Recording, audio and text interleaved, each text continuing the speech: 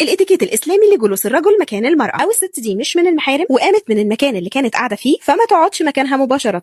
ورد عن سيدنا عبد الله بن عمر انه كان بينهى ان يقعد الرجل مكان المراه حتى تمضي مده زمنيه بحيث يبقى المكان بتاعها بقى بارد. موضوع ان الراجل ما يقعدش مكان المرأة لحد مكانها يبرد لم يرد عن الرسول صلى الله عليه وسلم. اخت نفسها ما قالتش ابدا ان هو ورد عن النبي. ورد عن النبي من طريق ابن عباس لكنه لم يثبت ابدا، ذكره كتير من العلماء في كتب الموضوعات. ورد من حديث ابن عمر او من اثر ابن عمر رضي الله عنهما، برضه لم يثبت عن سيدنا ابن عمر. ذكره الامام المناوي في فيض القدير بلا اسناد، يعني ده اثر لا اسناد له. حتى لو كان صحيح عن سيدنا ابن عمر فده في علم اصول الفقه اسمه رأي صحابي. رأي الصحابي على قول جماهير اهل العلم ليس بحجة. حتى لو كان رأيه حجة فده من باب الاداب مش من باب الحلال والحرام. كل الكلام ده لو كمان ثبت عن سيدنا ابن عمر، لكن انا بقول لك هذا الكلام لم يثبت لا عن رسول الله ولا عن حد من الصحابة. اتكلمت في الموضوع ده لان لقيت ناس بتهاجم الاسلام بالفيديو ده، بيقولوا بصوا الخرافات عند المسلمين وكده. ده اصلا لم يثبت عندنا بدليل وليس حكما قائما عندنا في الدين. ارجو ان حضراتكم تشاركوا الفيديو ده دفاعا عن دين الاسلام.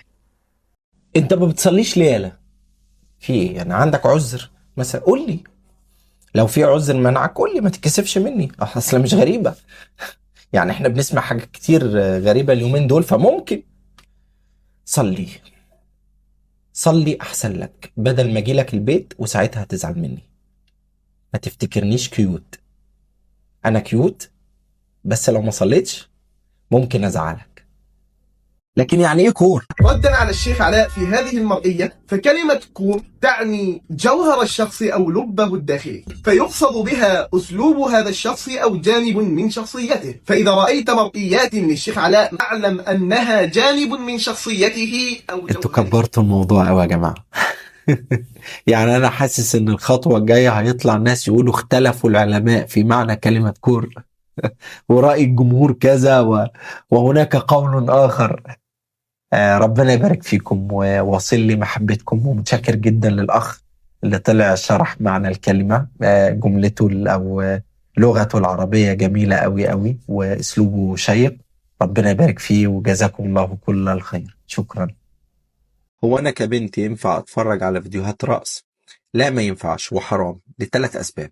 السبب الأول إن الفيديوهات دي فيها موسيقى، والموسيقى محرمة باتفاق المذاهب الأربعة. السبب الثاني إن عورة البنت بالنسبة للبنت أو الست بالنسبة للست ما بين السرة والركبة، فهي طبعا كشفة سرتها وكشفة فوق الركبة. فأنت حتى لو بنت ما ينفعش تبصي للأماكن دي عند البنت اللي زيك، فأنت كده بتبصي العورة محرمة. الأمر الثالث إن قلبك هيتعلق بالفاسقات بالفاسدات، واحدة بترقص قدام الناس فلا يجوز طبعا.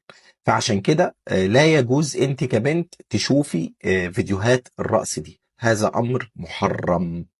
بس كده.